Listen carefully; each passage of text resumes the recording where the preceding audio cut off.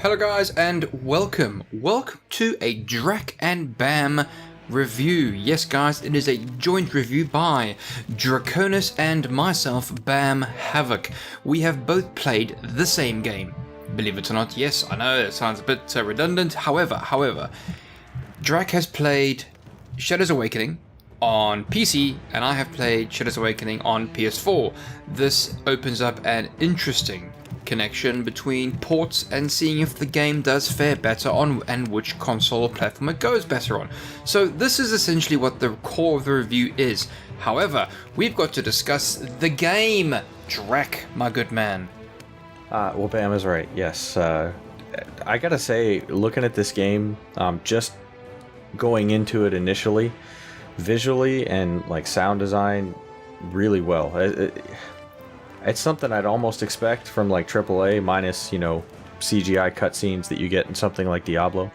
But the look, the sound, the feel of the game, I thought was really well done. I love the simplicity of it, okay? And honestly, when I obviously downloaded it on the PS4 and I stuck it on and I'm, you know, walk away from it because it's downloading and stuff, right? And you come back and it's like, hang on, is Game of Thrones playing? What? Oh, wait, hang on, it's the game. Oh, awesome. The main musical score. To me, it sounded like Game of Thrones with some Lord of the Rings in there. They're very sort of epic, sort of dun-dun-dun-dun. I thought the voice acting was really well done as well. The voice acting for me, I thought was very well done. However, I don't think the certain voices suited certain characters, especially when it came to 𝙎𝙬𝙖𝙙𝙬. Now, I loved 𝙎, right? I loved the character. And I loved the intensity that the actor put in, but he's a werewolf, right? How are you able to talk like that, werewolf dude? It shouldn't it sound a bit different, but it was still well executed, well directed, well acted. I got sucked into the story almost immediately, and I played the warrior. That was the guy I played through, and yes, I did complete the entire game with that one character on the normal setting, not the easy setting. Thinking, easy's for easy's for the noobs. I've played Baldur's Gate, I've played Sacred 2, I can handle myself in this perfectly. No, just no. Yeah, I like games like this that have a difficulty slider, so if you find that the game is a little too difficult, you can go change it down, or vice versa. If, you know, it's just way too easy and you want more of a challenge, you can really ramp it up. Okay, I didn't realize it had a difficulty slider. I was stuck playing normal mode because I read the cues and when you got the difficulty selection easy. This is where the evil, the enemies are nerfed near enough. This is where it's meant to be played. This is where the enemies are like built like brick shit houses. This is an enemy built out of steel, carbon reinforced, platinum. Titanium. And I'm like, okay, I won't go there because that's where the interesting challenges lie. I'll just play it where it's meant to be played. Dude, that is difficult. Someone who's, no word of a lie, mate, I played Baldur's Gate and Baldur's Gate 2 on, I believe Baldur's Gate was on the PS1 and Baldur's Gate 2 was on the PS2, right? And I played Sacred 2 on the Xbox 360. Now, those games were a lot of fun. I really enjoyed them, and I played them on normal settings as well, and, you could not easily, but you could, with a bit of determination, just walk through it, and it would be a lot of fun slaying beasts and goblins and whatever have you. This game, not so much. You've actually got to think about how you attack. You've actually got to think about which enemies to take down. You've actually got to think about, right, if I go for that archer, I won't be able to get that sorcerer. I then got to switch to demon mode to then nail the dude that's resurrecting them, because, you got to switch to the demon mode, because there are the demon shade or world or whatever have you that resurrects all the skeletons and undead. It's like, oh, good lord. But whilst you're doing that, you're getting attacked, and you got to basically hit everyone in a specific order. And if you don't, you feel pain. You learn the hard way with this game. I definitely agree with that. Even on normal, or even if you bounce it down to easy, it's definitely more difficult than your typical, like you were mentioning, Baldur's Gate game. But I suppose, you're mentioning some of the game mechanics about switching between the Prime or normal world and the Shadow Realm. Probably should tell folks a little bit about what this game actually is. Oh, to be brutally honest, you're right. I'm just so excited about this game. I just went straight for it. You do that, Drac. Go do that. So Shadows Awakening, it's a isometric RPG. where you're playing as this demon from a shadow realm that gets summoned by this wizard, and you collect souls. As you consume various souls throughout the game, you can then inhabit those souls in the prime world, so you can effectively take over their body and run around in the real world. And so it creates this interesting dynamic where you can switch back and forth between the prime plane and this shadow plane, and you can combat creatures in one or both, and even use it to your advantage. Like, one of the cool things that I found was if you're running around as the shadow demon, I found it easier to take out a lot of just like the trash mobs as the shadow demon, but it also allowed me to map out, because you can see like these ghostly outlines of the things that are in the real world. So it allows you to kind of scout ahead and see what you're going to run into before you actually run into it with the character in the real world or prime plane. Believe it or not, I've done that as well. When there's a massive wave of enemies coming right at you, right? You switch to the demon, you then freeze at least the first couple of them, and then you do like a flying frog leap press with your hammer, and you jump in and just decimate the first wave, and then you do like a swirling pirouette swing with a massive club hammer, knock all these dudes back on their face, switch back to the demon, freeze them all again, go back to 𝙎, right, with a double axe-wielding werewolf, which I loved. I loved that idea, an axe-wielding werewolf, and then you just charge your way through it. Various characters you can build certain ways, and weaponry and stats and abilities and whatever have you. You get to choose all these lovely ways. So one character deals with undead, one character deals with demons, one character deals with vermin, one character deals with beasts, all that sort of thing. And you've only got 4. Demon's the main one. You've got to have constants. So you've basically got a choice of 3. So you can basically double stack your warrior, your mage, or your sorcerer, or your tank. And I had a zombie tank, and I tell you what, I loved my zombie tank. He would just take all the abuse. So when my other characters were low on health, I switched to my zombie tank, and I just mow these boys down. I would just destroy them, and then I switched to my demon, freeze the first wave, do the whole thing again. It was a lot of fun. The ability to switch to a completely different character set with abilities and skills, I want to say was refreshing, was nice. You were able to do this with so much ease that it was a lot of fun. And getting to other parts of the map, using your demon just opened up the map just a whole lot more. You could go to a whole lot more places because you got certain blockades and barriers in front of you in what you call the prime world, and then you switch to the demon and these barriers are no longer there. So you just straight there, done, happy days, done. Well, you mentioned combat, and I'm kind of curious how that works on the controller, because I know with PC this works just like you would expect with mouse and keyboard. You're, clicking around on things and you attack them, or you move to places, wherever you click. You can also hold down the shift key to keep your character in place, so if you're playing a ranged character and you want to shoot at things, he's not running around if you misclick. How's that work on the PS4 with the controller, though? Believe it or not, it actually worked very, very well. It's having all the controls at your fingertips. You were able to, I feel, compared to watching some PC footage of this game, I feel you're able to actually deal damage a lot better, a lot more effectively, be able to transition between characters a lot quicker. It was L1, L2, L1, R1, sorry. You just click, and you just basically switch, and there would be no hesitation or delay. They would, however, if you were frozen in the spot or stunned, then you couldn't. There was like a ticker. You had to wait for that ticker to sort of tick down, and then you'd be able to do it again. So it was very easy, very easy. The only issue I've got when it comes to combat was the auto lock. The locking onto an enemy character. Whereas sometimes you wouldn't, and sometimes you would. That the character directly in front of you would highlight. And then it would highlight another character behind you and ahead of you and whatever have you.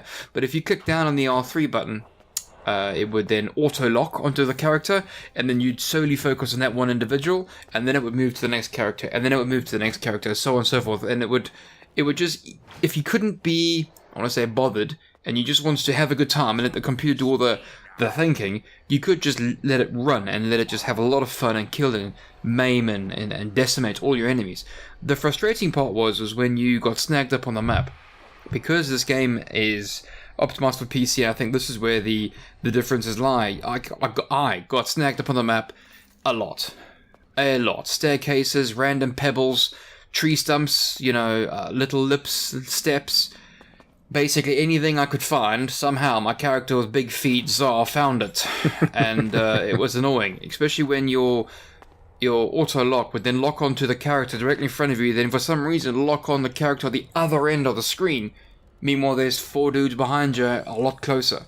That got frustrating, because then you'd have to sort of disengage the enemy, turn around, get snagged on something, re-engage, realize, oh wait, you've now got 10 dudes coming at you, whereas before it was 4, and then you got to start all over again. So it got a bit frustrating with that, but, the gameplay, the mechanics, the characters, right, having, again, the voiceover work, speaking up, and whenever you switch to a character, they would, they'd rile each other up and they'd engage, pathetic! I'll do it myself, and stuff like that. It was a lot of fun playing the game. A lot of fun. That was something that, at least to me, I found kind of funny, because I loved the little dialogue that you would get occasionally between the demon and whichever character he was talking to, that you happen to be controlling at the moment. And I just pictured this person running around, because basically the way that the mechanics are explained is that the demon is running around in the shadow plane, exactly where and at the same time that you're running around in the prime plane. And I just picture in my mind that you just see this person running around through the city or the wildlands or caves or whatever, and like talking to themselves, at least as far as everybody else is concerned, when they're actually talking to the demon. And I thought that was kind of hilarious. When you get more than 1 or 2 characters, they actually have an internal dialogue between each other. So you got the warrior, which I got, and the Tsar, and you got the... I can't remember her name, but I'm going to find out her name very shortly, because I'm going to be starting the game again as a sorceress or mage. I'm going to be redoing it, because I'm definitely playing this game again. There'd be like an internal dialogue and an internal disagreement, internal jives and digs each other. One would call one a barbarian, one would call one a dog, so on and so forth. So it was a lot of fun just listening to, I want to say, the rambunctious gestures between the characters. I do feel there was something missing. I do feel there was elements missing, whereas, for example, the Foley, right? A sword slash sounded the same as an axe slash sounded the same as a morning star slash. Whereas the footsteps as well, you'd go from your warrior to your mage to tank, and they'd all sound the same walking. There would be no sort of change in footsteps, if that makes any sense. Certain things like that, it does detract from the experience, and certain things were missing. The world wasn't as full as I'd like it to be, but again, I'm not holding that against Calypso, I'm not holding that against Games Farm. They're not EA, they're not Bethesda, they're sure as shit not Blizzard. They're themselves, and they've obviously got to get to where those people are, and they've got to make games like this in order to do that. So a bigger budget would have helped them a whole lot. The game would have been a whole lot more inviting, a whole lot more juicy, if that makes any sense. I think the only thing I felt that was really missing from this game, or that I, as you would say, hold against, is that I wish you would have been able to rotate the camera and zoom in and out at a greater distance, because you really couldn't do much of any of that. You couldn't rotate the camera at all. And that's something that can help, especially like you were talking about getting caught up on things.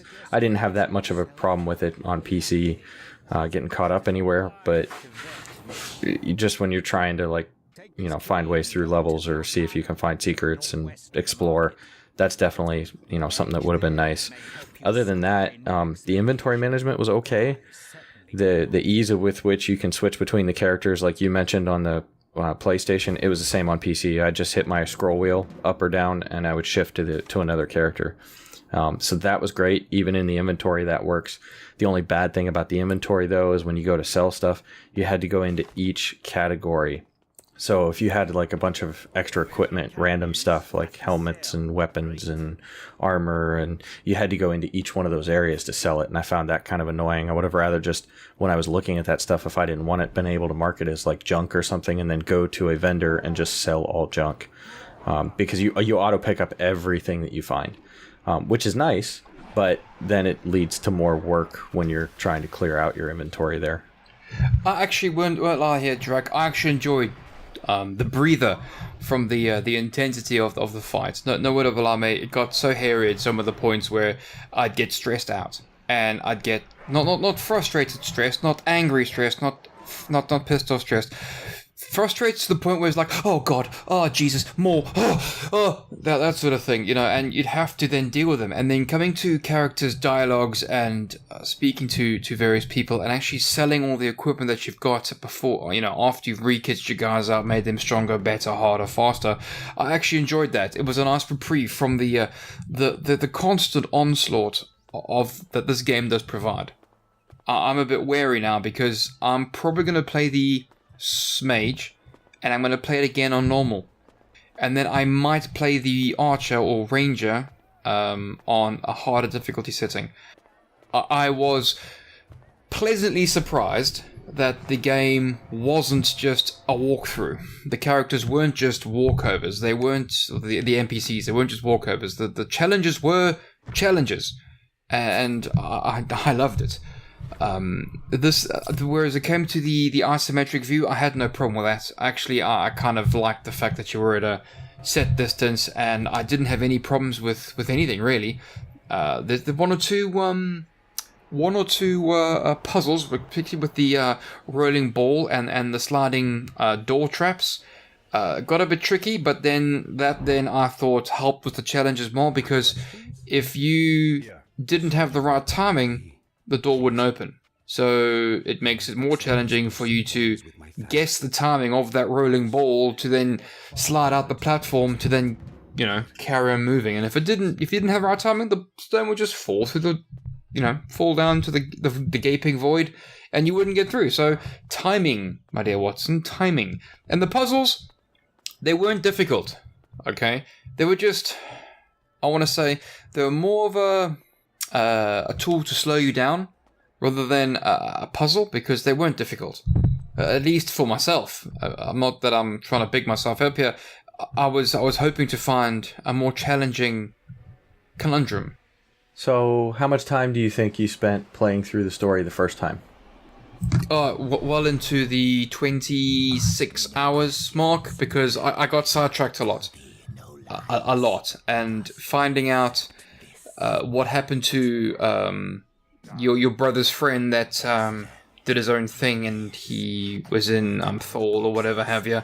Finding out that your son's now, so on and so forth, and it's just a lot of fun. Going into the armories with regards to the Imperial tombs and whatever have you. Finding the necromancies and bits and pieces. I enjoyed that. I want to say I enjoyed those storylines a bit more than the main storyline, because the main storyline's always there, and if you want to go ahead and finish it, you can, but you just want to find out why the guy in the wall saying a lot. There's a werewolf, a sorcerer that's got to say to keep back the evil force. You just got to help him, die essentially. So yeah, it's a lot of fun. The side quests were a lot of fun. I enjoyed those. More side quests, please. All right, so as I say, let's get down to brass tacks for rating the game. I'll take you through. You tell me what you think. First part, design for art and sound. Design, art, and sound. I want to say scores a 7 for myself. There, Drac, my boy. I want to say they could have implemented the port across the PS4 a little bit better. The art I felt was pretty bang on. The sound was just fantastic, especially when it came to the musical bits and pieces. The Foley does add to the fantasy, but in the same sort of breath, it does take it away, because they didn't have a budget to sort of make a werewolf footstep, to make a leather-bound barbarian footstep, to make an armored footstep, so on. So as much as it gave, added to the environment, it did take away as well. So, but I can't really hold it against him, so I felt it scored a 7, in my opinion. Okay, and then challenge. like I said, when it came to challenge, right, it's all about choice, and it's the first choice you make when it comes to challenge. Now, I want to say the game was challenging, I want to say the puzzles were challenging, I want to say the boss fights were challenging. Yes, they're all challenging, but it's down to choice. If you want to have an easy walkthrough game, go for the easy mode. Breeze the game. Don't enjoy yourself. If you want more of a decisive sort of battle and actually feel like you've accomplished something, increase the difficulty. Do that. So I feel it scores an 8. Hands down 8. The puzzles did let it down for me because I didn't feel the puzzles were necessarily challenging. I just felt they were more of a gate, like a gate, just to sort of keep you back for however long it took you to solve the puzzle, which wasn't a lot. Okay, and how about fun? I had bags of fun, right? Bags of fun. It's a well-earned 7 for me. Good time had. This game does bring back a lot of nostalgia for me, particularly with Baldur's Gate and Baldur's Gate 2. Baldur's Gate 2, I fielded a mate of mine, co-op, and I feel that's where this game does let me down, because I would have so desperately loved to have a friend join me in this sort of game, and then we run around the screen battering heads and cracking skulls. There'll be a lot of fun. This game did do the Nintendo Switch job for me, whereas it did play on my nostalgia quite a lot. So for me, it scores a 7. I'm glad you brought up cooperative play with this, because that is something that definitely I would have loved to have seen with this. I know not all games have to have it, but it's a nice little addition. So then next up, how about replayability? The bags of replayability, right? The first playthrough, I didn't complete all the side quests. I completed some of them, and I did the main storyline. Now, with my next start with the mage, I'm going to do a lot more side quests. There's going to be different side quests. There's going to be a lot of the same side quests. I know where, how, and what to do. And, the main story will always be there. The main vein, that main gold vein of juiciness is there. But because of different characters and my different choices I'll make, the storyline and the side quests will change. So the replayability is, I won't say endless, because there's only 3 modes and there's only 2 real choices to make, good or evil. But it does score a 7 for me, and it will be a lot of fun. Well, I would say, just a note on that, there is a little bit more choice than that. Initially, you start out the game where you pick one of 3 characters, so instantly you've already got 3 branches that you can go down. But I do remember reading that the devs had mentioned, based on some choices you make in the game, certain NPCs will be available for you to consume their souls and then play as that character, but that depends on your choice. So you might make a choice that will give you access to one, or might actually not give you access to that certain one. So yeah, I agree, there seems to be a lot of replayability there. And that there infers back to the original statement with regards to challenge, because in your choice you make there is the challenge, so every choice you make has a consequence, and the consequence is always more fighting. All right, and then how about price? I know at least in the States on Steam it's listed at $39.99. Yeah, look, the price for me is a bit of a contentious topic. I would have thought this was a £30 game. Easy, £30 game. So it's selling to $45. PlayStation Store, I'm looking at you here. I believe they're selling it for £45. I don't know why they want to charge £45 for this game. It's not a £45 game. Are they just marking it up because they're on PlayStation? I don't know. Not that I think that Calypso minds them marking it up. I just feel this is a £30 game, and to see it selling for 15 quid more, I get, my back gets turned up just a touch. If you can find this game cheaper than £35, which Calypso is selling it for on their own websites, please guys, go and get it. It's worth every goddamn penny. Just not the 45 pennies that you're going to be spending. £35, yes, I agree with that price. If you can find it cheaper, Amazon, I think it's $33.50, get it. It's a good game. You will enjoy it. See, that surprises me a little bit. And based on all the other scores you've given, I know when I was looking at the game and thinking about this, I scored them all pretty close to similar to the scores you gave. But at least for price, for me, I would have scored much higher because, at $40 or even £45, in some ways I do compare this to Diablo just because of the look and style of the game. And you're telling me you got about 20 to 26 hours just on your first playthrough, and you've got 2 more that you can go do. So when I look at the time investment for that, I don't know. For me, at least, I would think it would score a lot higher. So I was kind of surprised you scored it so low. Nah, for me, it's all about the pricing. $40 is not the same as £45. £45 is a lot more than $40. I can promise you that, my good sir. Yeah, I know.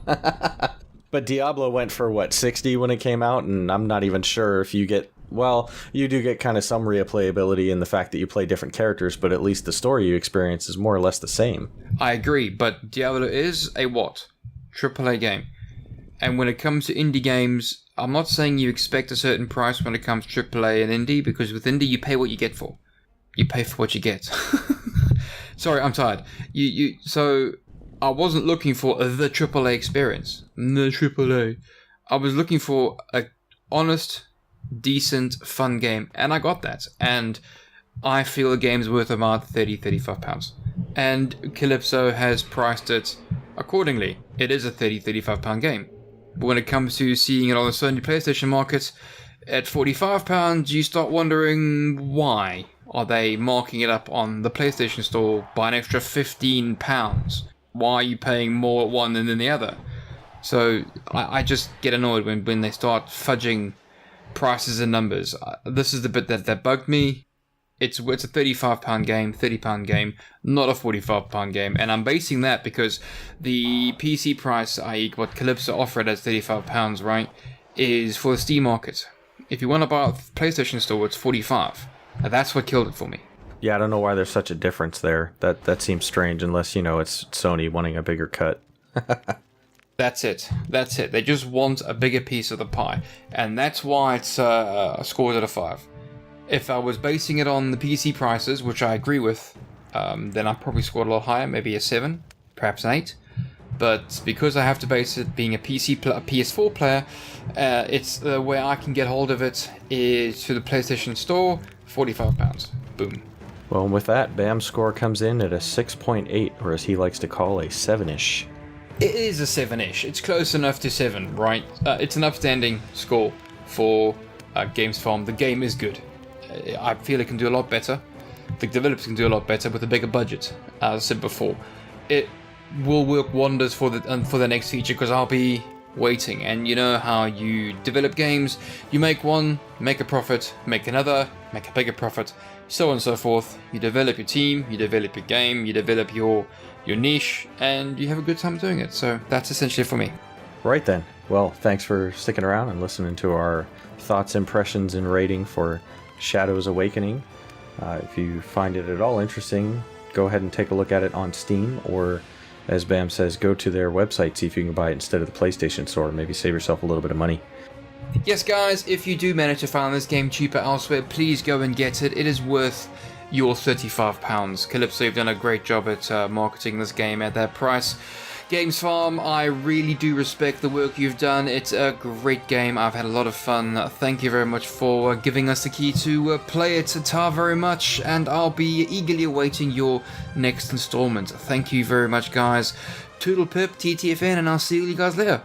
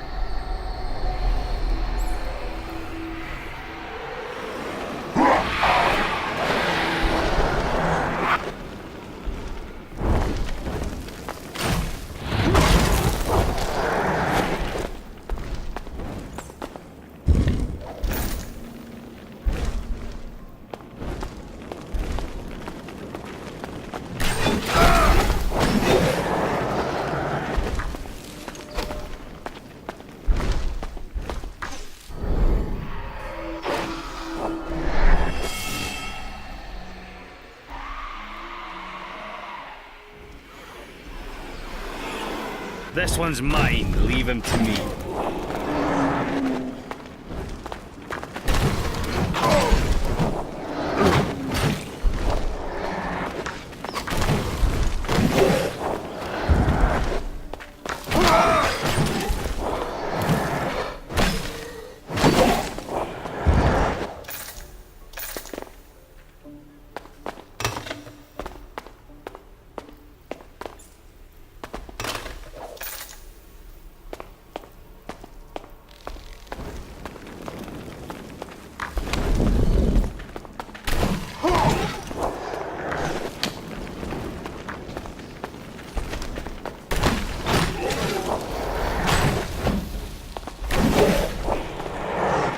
Anyone seen a key lying around the place? Or a lever?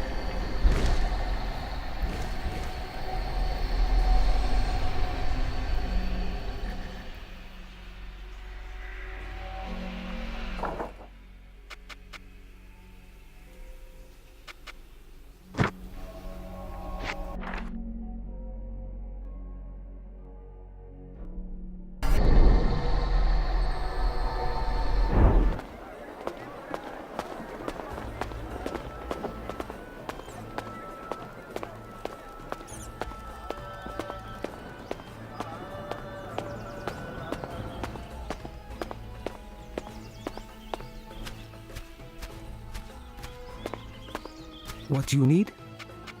10 dead spiders. I counted them twice. A deal is a deal. That's 50. Of course 50, that's what I said. Of course, the infestation will continue as long... I wonder if they could be prevented from reaching the burial ground somehow. How can I help? What will you give me for stopping the spiders reaching the burial ground? Does another 50 sound fair? No, but 100 does. I've heard there's a statue near... That would seem to be a sensible place to start. What do you need?